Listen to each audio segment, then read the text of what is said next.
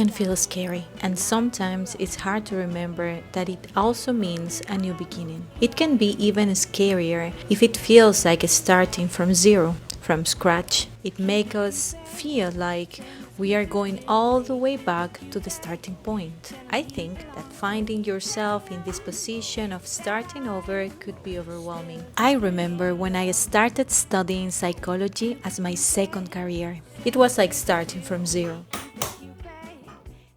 But what if we are not starting from scratch? Entra, Loki. Go. Sube. You are so lazy.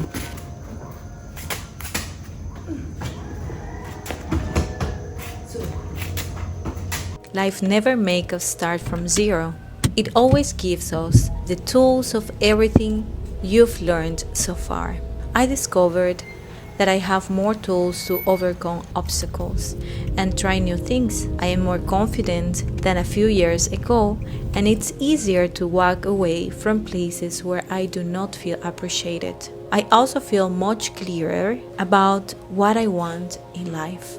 But it was not my only fear. And what if I'm not capable of starting over again? What if my life ends up miserable? What if I become a failure? What if I'm not loved anymore? What if?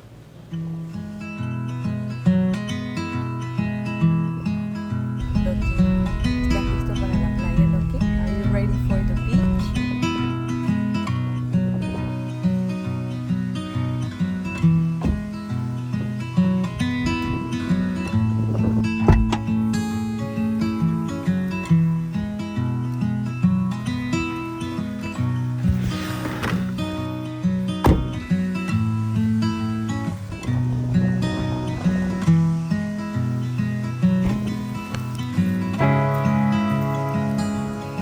Are you sure, baby boy, you don't want to come in? We never realize how strong we are until we face what we thought we could never overcome. What we don't realize while we are in the middle of the storm is that the way out is right in front of us. We resist, but when we take that first step toward, we realize how powerful we are. It's like choosing to believe that we can have the best outcome.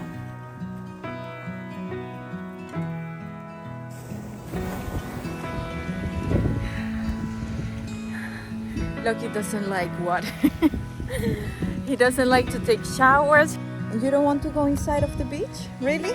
You know, something that helps me a lot when I'm in these phases are two questions.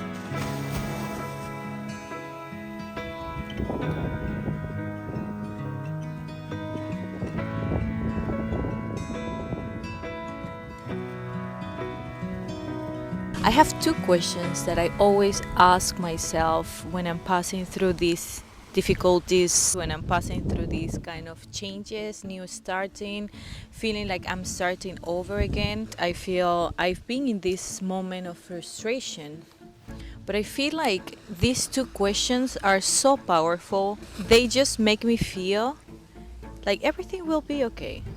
It's not the worst case scenario, it's not the worst thing that could happen, and you can learn from this experience. And the first question that I love asking myself when I'm 80 years old, is this really going to be relevant in my life? Is this going to define my whole life? It's going to be the main topic of what my life is about?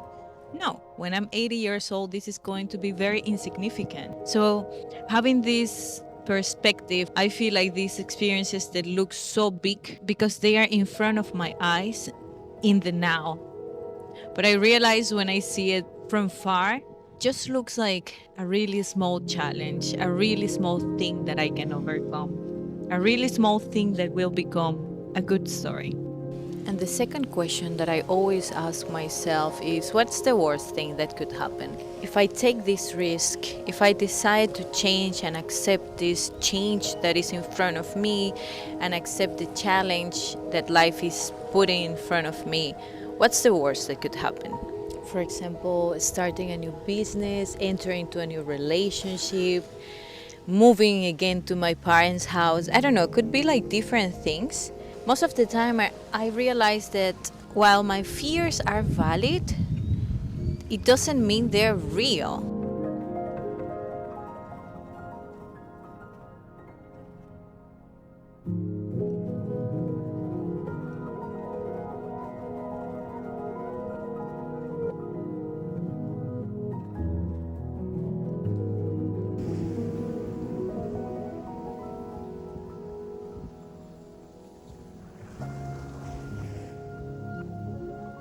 Time to go home.